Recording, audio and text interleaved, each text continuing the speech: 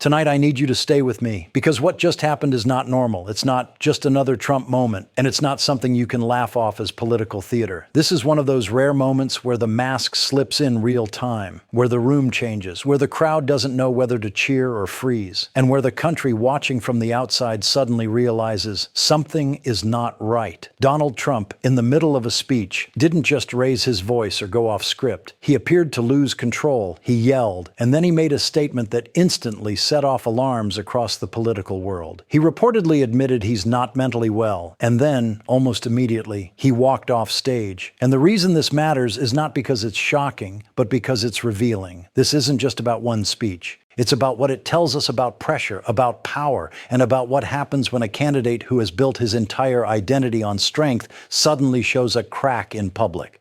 Because when a politician stumbles, the story is usually bad optics.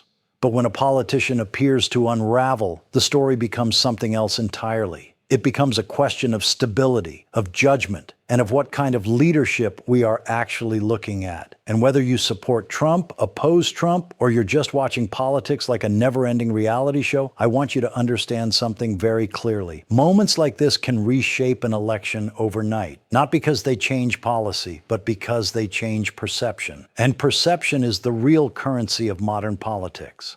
Now let's talk about why this moment hit so hard, because you've seen Trump angry before. You've seen him shout. You've seen him insult people, attack the media, attack judges, attack opponents, attack even members of his own party. Anger is not new for Trump. It's part of his brand. It's what he uses to dominate a room. It's what he uses to energize his base. It's what he uses to project the image of a fighter. But what happened here feels different, and people could sense it immediately, because this wasn't just controlled aggression, the kind used for applause. This looked like a loss of control, the kind that makes even supporters look at each other and wonder, is this supposed to happen? And the moment a crowd starts wondering instead of cheering, the entire dynamic changes. That's why this is being described as a breakdown, and that's why it's spreading fast. Because in a political world where everything is scripted, the most viral moments are the ones that look unscripted. The most powerful moments are the ones that feel real. And this moment, whether you interpret it as stress, exhaustion, anger, or something deeper, felt real enough that it forced a conversation nobody wants to have out loud. Here's the uncomfortable truth. Presidential campaigns are not just about policies and promises. They are pressure cookers. They are brutal. They drain you. They expose you. They test you in public in a way most people will never experience. And Trump is not campaigning from a position of peace. He is campaigning under pressure, political pressure, legal pressure, media pressure, and personal pressure. Every week there's another headline, another case, another controversy, another fight. And Trump's strategy has always been to treat pressure like fuel. He takes attacks and turns them into energy. He takes criticism and turns it into fundraising. He takes fear and turns it into loyalty. But there's a limit to that. There is a point where pressure stops becoming fuel and starts becoming weight. And when weight becomes too heavy, it shows. Sometimes it shows in the eyes. Sometimes it shows in the voice. Sometimes it shows in the body language. And sometimes it shows in the most dramatic way possible. When a man who wants the world to see him as unbreakable suddenly appears shaken. Now, the words "not mentally well" are explosive, because in politics, mental fitness is one of those topics people dance around. Nobody wants to say it directly. Nobody wants to accuse someone. Nobody wants to be accused of being cruel. But when the person at the center of the storm says it, or even appears to imply it, it becomes impossible to ignore, because it changes the conversation from, "Do you agree with his policies?" to, "Is he okay?"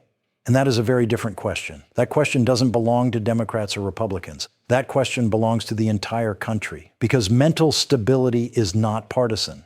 Judgment is not partisan. And when the world sees a candidate yelling, unraveling, and walking off stage, the world starts asking whether that person can handle the job, not just the rallies, not just the debates. The job, the nuclear briefings, the crises, the late-night calls, the international standoffs, the moments when calm matters more than volume. And that's why this moment is bigger than a clip. It's bigger than a headline. It's bigger than a meme. And here's why this could become a major turning point. Trump's political strength has always been psychological dominance. He dominates attention. He dominates the conversation. He dominates the emotional energy of his supporters. He makes people feel like he's powerful enough to break the rules and win anyway. That's what many of his supporters love about him. They don't want a normal politician. They want someone who feels like a weapon against a system they don't trust. But the moment Trump looks unstable, the weapon looks risky. The moment Trump looks overwhelmed, the weapon looks unpredictable. And unpredictability is a double-edged sword. It can scare opponents, but it can also scare voters, especially the voters who decide elections. The ones in the middle, the ones who don't post all day, the ones who don't attend rallies, the ones who don't argue in comment sections. Those voters are quiet, but they are powerful. And they vote based on one thing more than anything else: comfort. They vote for the candidate who makes them feel safer. They vote for the candidate who makes life feel less chaotic. And if this moment makes those voters feel uneasy, it could have consequences far beyond one event. Now let's be clear about something. Trump's team will not allow this to sit. They will move fast. They will try to control the damage. They will try to reframe it. They will try to turn it into something else. They may claim it was taken out of context. They may say it was a joke. They may attack the media for exaggerating. They may say Democrats are exploiting it. They may insist Trump is stronger than ever. They may even turn it into a fight narrative. Look what they're doing to him. Because that's what Trump's political machine does best. It doesn't accept weakness. It converts weakness into war. But here's the problem. Once the image is out there, you can't fully pull it back. You can explain it. You can spin it. You can distract from it. But you can't erase the feeling it created. And the feeling this created is uncertainty. The feeling this created is doubt. And doubt is deadly in an election. Democrats, meanwhile, are going to treat this moment like a gift wrapped in gold. Not because they want to mock mental health, but because politically, it gives them an opening they rarely get. A moment where Trump looks like he's losing control on his own without Democrats even needing to attack him. And in politics, the most powerful attack is the one you don't have to deliver yourself. Democrats will use this moment to highlight what they've been saying for years: that Trump brings chaos, that he creates instability, that he thrives on conflict, and that the country can't afford it again. They will clip it. They will replay it. They will let commentators talk about it. They will let the story grow. And they will do it carefully because they know there's a line. If they push too hard, they look cruel. If they push too soft, they waste the opportunity. The smartest Democrats will do what they always do when they want to win. They will let the footage speak for itself and simply ask the question that hangs in the air like smoke: is this what you want running the country? Now, you might be thinking, but Trump has survived scandals before. And you're right. Trump has survived things that would have ended any other politician's career instantly. He survives because he has a loyal base that views attacks as proof of strength. He survives because he dominates attention. He survives because he turns politics into entertainment. But this is not a normal scandal. This is not a leaked document or a controversial quote. This is a moment that touches something deeper: competence, stability, and fitness. And those are issues that even some Trump supporters quietly care about, even if they don't say it publicly. Because there are supporters who love Trump's policies but worry about the chaos. There are supporters who love Trump's energy but worry about the volatility. And there are supporters who want him to win but also want him to look like he can handle the pressure. If this moment spreads, if it becomes a repeated pattern, if it becomes a storyline that sticks, it could start shaking that quieter layer of support. And that's why the walk-off matters so much.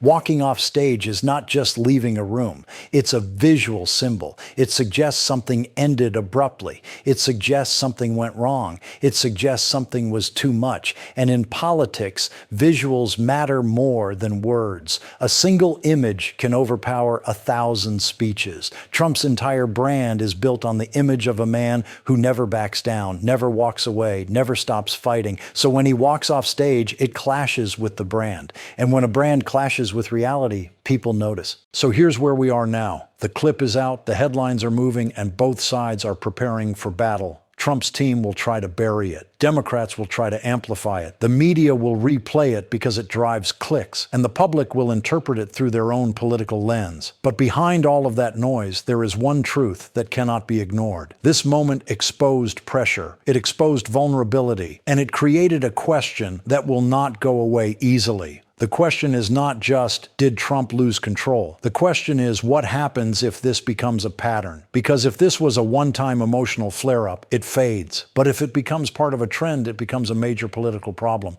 And in part two, we're going to break down exactly what led to this moment, why Trump's rallies have been growing more tense, how his campaign strategy is reacting behind the scenes, and what Democrats are planning to do next to turn this into a lasting narrative that could damage Trump far more than any attack it ever could. Now, to understand why this moment hit so hard and why it's spreading like wildfire across the political world, you have to look beyond the clip itself and start asking the deeper question that most people avoid. What kind of pressure is Donald Trump actually under right now? And how long can any human being carry that weight without something slipping in public? Because what happened on that stage wasn't just about volume, it wasn't just about anger, and it wasn't just about a dramatic exit. It looked like a crack in the emotional armor that Trump has spent years building, and Trump's entire political power comes from that armor. He sells himself as the unbreakable fighter, the unstoppable force, the man who never apologizes, never retreats, and never admits weakness. That's the brand. That's the identity. That's the psychological contract he has with his base. So the moment he appears to lose control, and the moment he appears to say something as explosive as "I'm not mentally well," and then walks off stage, it becomes more than a headline. It becomes a warning sign. And whether people want to admit it or not, this is exactly how major political collapses begin. Not with one giant disaster, but with a series of small moments that reveal a larger instability underneath. And here's what makes this so politically dangerous. Trump is not operating in a normal campaign environment. A normal candidate wakes up, does interviews, delivers speeches, debates policy, and tries to win over voters. Trump is doing that, yes, but he's also fighting legal battles, facing constant scrutiny, dealing with relentless media pressure, and managing a political movement that demands he stay in war mode at all times. He cannot simply be calm. He cannot simply be normal. His base doesn't want calm Trump. They want combat Trump. They want the fighter. They want the man who looks like he's battling the entire system. And that means Trump is forced to perform intensity constantly. But constant intensity has a cost. It drains you, it burns you out, it makes you sharper, more reactive, more aggressive, and less controlled. And when a person stays in that mental state for too long, the smallest spark can create a fire. That's why this moment matters so much, because it may not be about one speech. It may be about a larger pattern of pressure reaching a breaking point.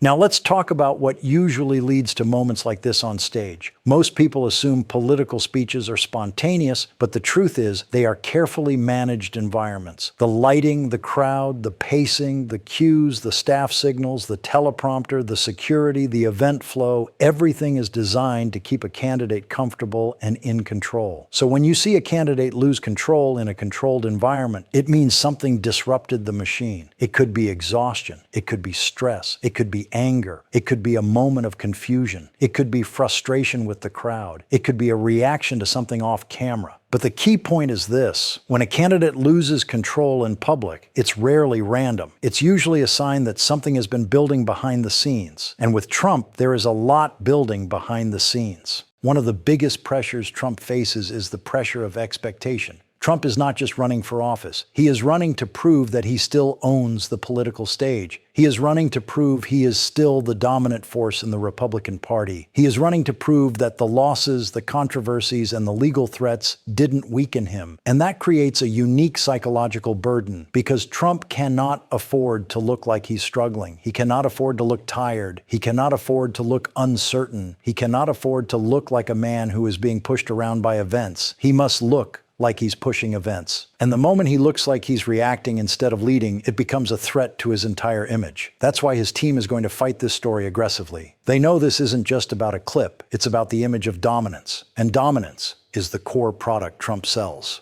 Now here's where Democrats become extremely dangerous. Democrats don't need to invent a story here. They don't need to exaggerate. They don't need to fabricate anything. They only need to keep attention on what the public already saw. They will let the footage do the work. They will let the moment breathe. They will let it settle in the minds of voters. And they will frame it as a stability issue, not a personal attack. Because Democrats know the most powerful argument against Trump is not "he's offensive," because Trump supporters don't care about that. The most powerful argument against Trump is he's unstable, because even some supporters quietly worry about that. Democrats will try to make this moment represent the larger idea that Trump is not just controversial, but unpredictable. And unpredictability is terrifying when the job involves war decisions, crisis management, and national security. At the same time, Democrats will be careful, because mental health is sensitive. They will avoid appearing cruel. They will avoid direct mockery, at least publicly. Instead, they will use words like unfit,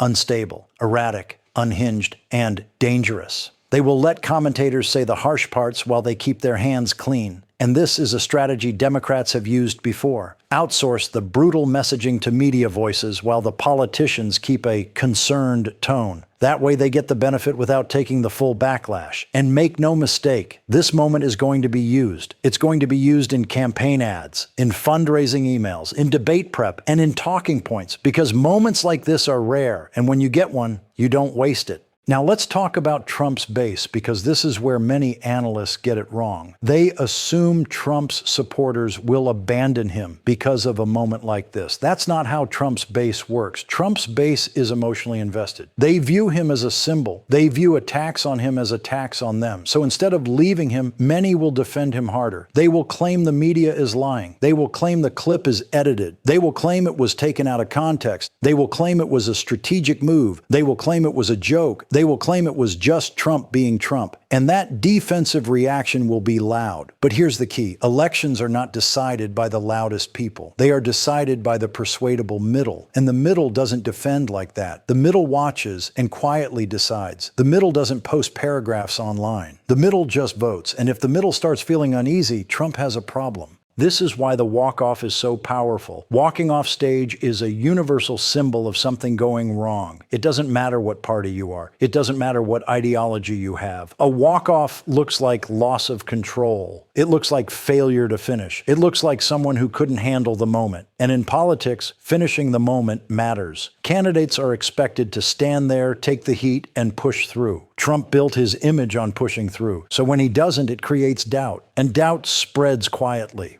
Now here's another layer that makes this even bigger. Trump's opponents within the Republican ecosystem are watching too. Even if they don't say it publicly, they are watching. Donors are watching. Party strategists are watching. Media allies are watching. Because inside the Republican world, there is always a silent calculation happening. Is Trump still the strongest option? Is he still the safest bet? Is he still the machine that guarantees turnout? And when moments like this happen, that calculation becomes more urgent. Some Republicans will double down on Trump because they fear losing his base. Others will quietly start thinking about alternatives, not because they hate Trump, but because they fear the risk of running a candidate who appears unstable in public. That's the real danger for Trump, not Democrats attacking him. The real danger is Republicans losing confidence in his ability to carry the election. Because if Republican confidence cracks, the entire power structure shifts. And this is where Trump's own personality becomes a major factor. Trump does not respond to pressure by becoming more disciplined. He responds by escalating. If he feels attacked, he attacks back harder. If he feels mocked, he becomes more aggressive. If he feels vulnerable, he tries to dominate even more. That means the next rallies could become more intense. The next speeches